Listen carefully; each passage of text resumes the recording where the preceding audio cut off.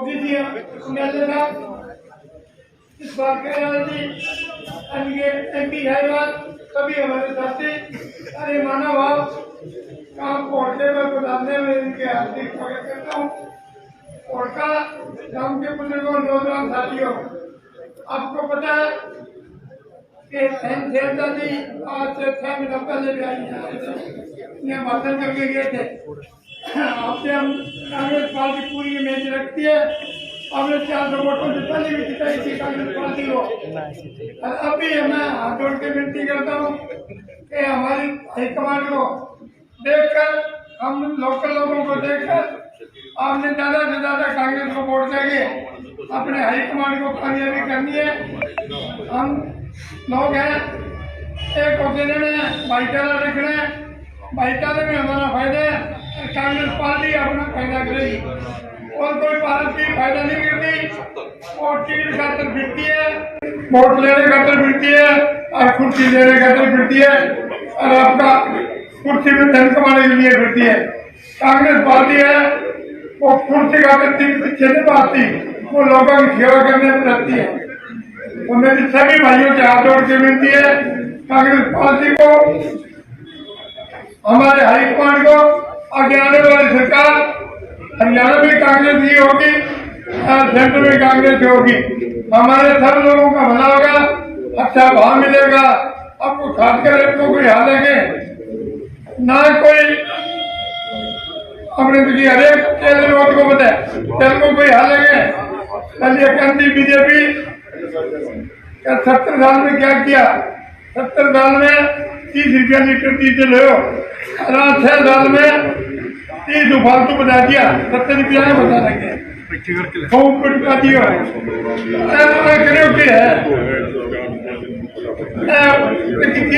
कांग्रेस सरकार ही करेगी ना, इन्होंने करेगी ना भारतीय जनता पार्टी करेगी।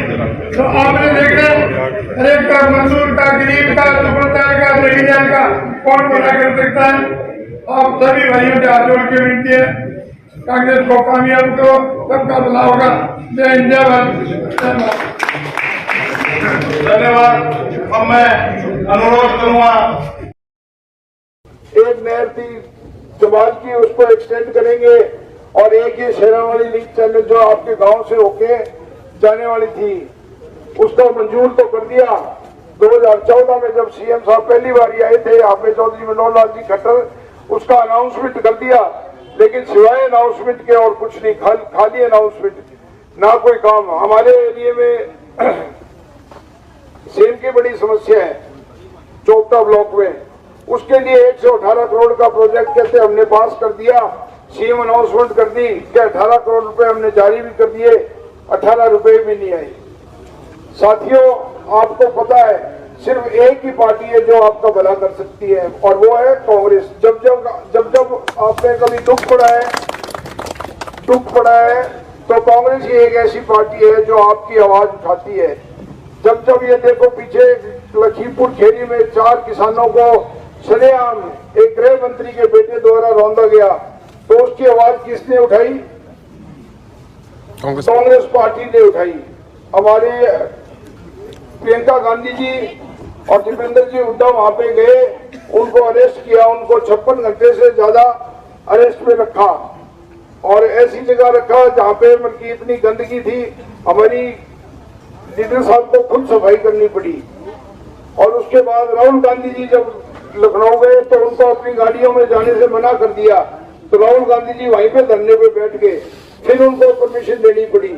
तो ये तो पार्टी ऐसी है, दमनकारी नीतियां इनकी, ये गरीब आदमी को हमेशा दबा के रखना चाहती है। मैं तो यही कहता हूँ 30 तारीख को, आने वाली 30 तारीख को हाथ जोड़ के आपसे विनती करता हूँ कि एक वोट और जोड़ी फैलाता हूँ, एक वोट 30 तारीख को हाथ के निशान के आगे वाला बटन दबा के और मेरे को कामयाब करेंगे तो ये ऐसे समझो भी आने वाले 2024 की नींव रखी जाएगी। ये जो इलेक्शन है, ये 2024 में जो चुनाव होंगे उसकी नींव रखी जाएगी। इस चुनाव में जो जीतेगा, अगला चुनाव कांग्रेस पार्टी यहाँ से जीतेगी तो अगला 2024 का चुनाव कांग्रेस पार्टी की सरकार बनाने से कोई नहीं रोक सकता। भाजपा की सरकार आवेगी क्या? अब ये बताओ, कौन नहीं आवेगी? कांग्रेस की आवेगी अगली सरकार है। तो अगली सरकार कांग्रेस की आवेगी तो ये समझो बहन शैलजा वर्गीय अन्य पावर मिलेगा, और जब अन्य पावर मिलेगा तो हर गरीब को, किसान को, मजदूर को, व्यापारी को, सारा को कल्याण होएगा। इतना ही कहेंगे थारू साहब देखकर फिर हाथ जोड़ के विनती, लेट हो गया, आगे के कई गांव है, बहुत काम जाने वाला है। एक फिर थारू हाथ जोड़ के विनती करूं, आने वाली 30 तारीख ने एक वोट चुका है, हाथ के बटन का आगे निशान दबा के, और मैंने कामयाब करियो। थारू बहुत बहुत धन्यवाद। जय हिंद, जय भारत। विधायक श्री शेषपाल जी के आशीर्वाद लिया। मेरी राजनीति की नींव आप लोगों ने ही रखी, और आज आप लोगों के कारण ही मैं यहाँ तक पहुँच पाई हूँ। साथियों, दो चीजें बहुत जरूरी होती हैं, एक जनता का प्यार, जनता का आशीर्वाद, और दूसरा अपना पार्टी और अपना नेतृत्व। तो साथियों, हमारी जनता का आशीर्वाद रहा है और हमारे नेतृत्व का,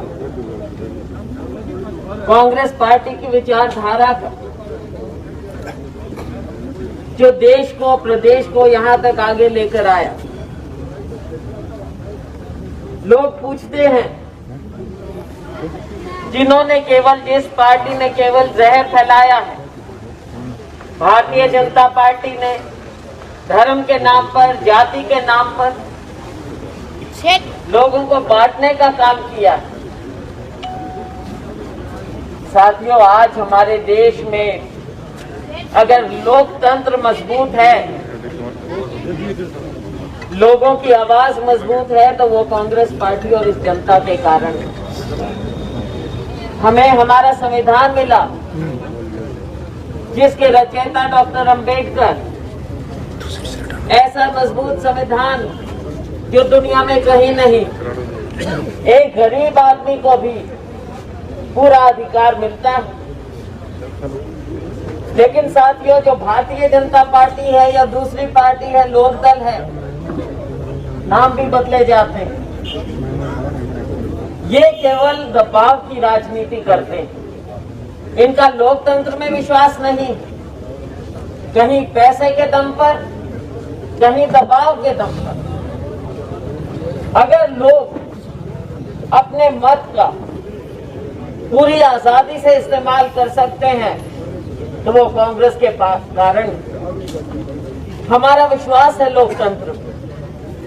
ये इलाका ऐसा इलाका है जिसने दमन की राजनीति देखी, लोगों को किस तरह से दबाया गया, गरीब लोगों को, वो आपने देखा। और जब से भारतीय जनता पार्टी आई, इनका भी काम यही है, करते दूसरे ढंग से। असलियत देखनी है साथियों। आज के दिन किसान और मजदूर दोनों को दबाया जा रहा है। चाहे 3 कृषि के काले कानूनों की बात लें, चाहे गरीबों पर, शोषित वर्ग पर बढ़ते हुए अत्याचार की बात लें, ये इस राज्य में युवाओं की बढ़ती हुई बेरोजगारी की बात करें, उसका सेहरा भी भारतीय जनता पार्टी के सिर पर जाता है। आज हमारे राज्य में युवा बेरोजगार घूम रहा है, कोई नौकरी नहीं है। किसान और मजदूर दोनों का आपस का रिश्ता है। आज किसान को मार दिया है इस पार्टी ने। जहां हम जाते हैं, कृषि का जो हाल हो रहा है, चाहे बाजरे की बात करो, कहने को भावांतर योजना, लेकिन कीमत कितनी मिल रही। और साथियों, नरमे की फसल का क्या हाल हो रहा है। जीरी सड़कों पर इस सरकार से कोई उम्मीद ना करें।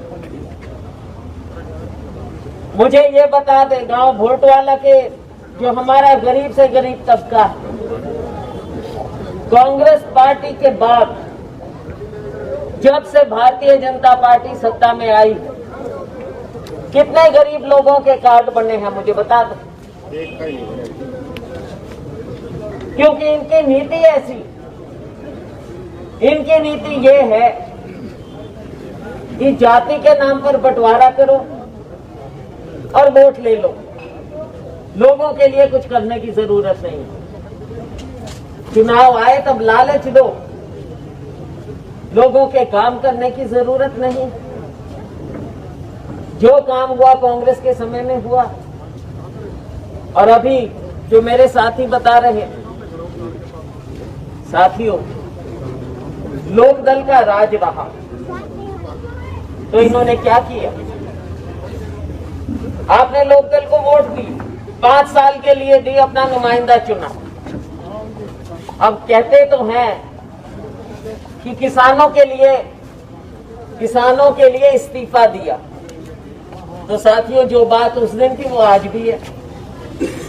तीनों कानून आज भी बरकरार हैं, तो दोबारा ये चुनाव एक बुनियादी सवाल है।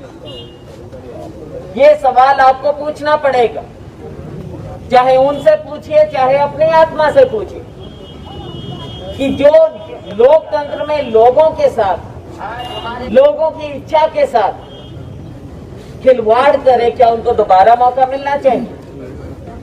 उन्होंने आपका अनादर किया है, आपने उन्हें जिताकर भेजा और उन्होंने अपनी नुमाइंदगी को किसानों के नाम पर ठुकरा दिया। अगर ठुकरा दिया था तो अपने उसूल पर खड़े रहना चाहिए था, परंतु फिर यही असलियत आप समझते हैं। और साथियों, भारतीय जनता पार्टी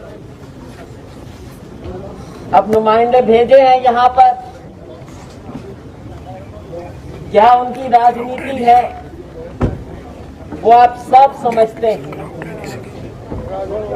कहां से आखिर उनको लेकर आए,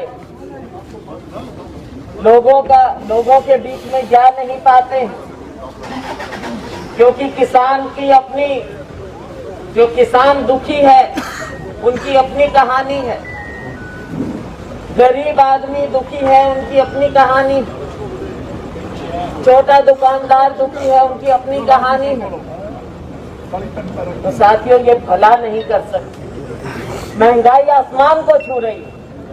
हर रोज अखबार में सबसे पहले सुर्खियां यही आती हैं कि आज पेट्रोल इतना बढ़ गया, डीजल इतना बढ़ गया, गैस इतनी बढ़ गई। तो ये कौन सा भला करेंगे? चुनाव के समय आ जाते हैं कि हम ये कर देंगे वो कर देंगे। तो 7 साल से मौका मिला था, क्यों नहीं किया? पवन जी से सुन लो, 7 साल से ये बीजेपी में थे, क्यों पार्टी छोड़कर आए? एडी की साली इन्होंने ये स्कीम करवा ले वो स्कीम करवा ले, एक भी स्कीम इनकी पास नहीं करके दी बीजेपी, क्योंकि इस सरकार का विकास से कोई लेना देना नहीं। तो साथियों, हम सभी लोग आज आपके बीच में आए वोट की अपील करने के लिए। हमारे साथ हमारे साथी भरत सिंह जी भी हैं, इन्होंने भी आपकी नुमाइंदगी की, कांग्रेस पार्टी के स्तंभ हैं। इस बार पवन जी को टिकट मिला है। हम सभी लोग आपसे अपील करते हैं कि कांग्रेस पार्टी को जिताइए। इसका कारण भी भारतीय जनता पार्टी की झूठ देख ली, कहां 75 पार का नारा दिया, 40 पे आके टिक गए। और जो दूसरी पार्टी है जजपा, उन्होंने बीजेपी के खिलाफ वोट मांगी, गोद में जाकर बैठ गए। अब लोकदल एक सीट एक पार्टी, क्या आप अपना वोट जाया करेंगे? अविश्वास प्रस्ताव कांग्रेस पार्टी लेकर आई थी। लोकदल का फर्ज था कि विपक्ष के साथ खड़े होते। अगर वो सच्चे मायने में भारतीय जनता पार्टी की नीतियों के खिलाफ थे तो उनको कांग्रेस के साथ खड़ा होना चाहिए था, लेकिन उन्होंने आसान रास्ता चुना और बीजेपी की मदद कर गए इस्तीफा देकर। तो क्या आगे भी यही होगा?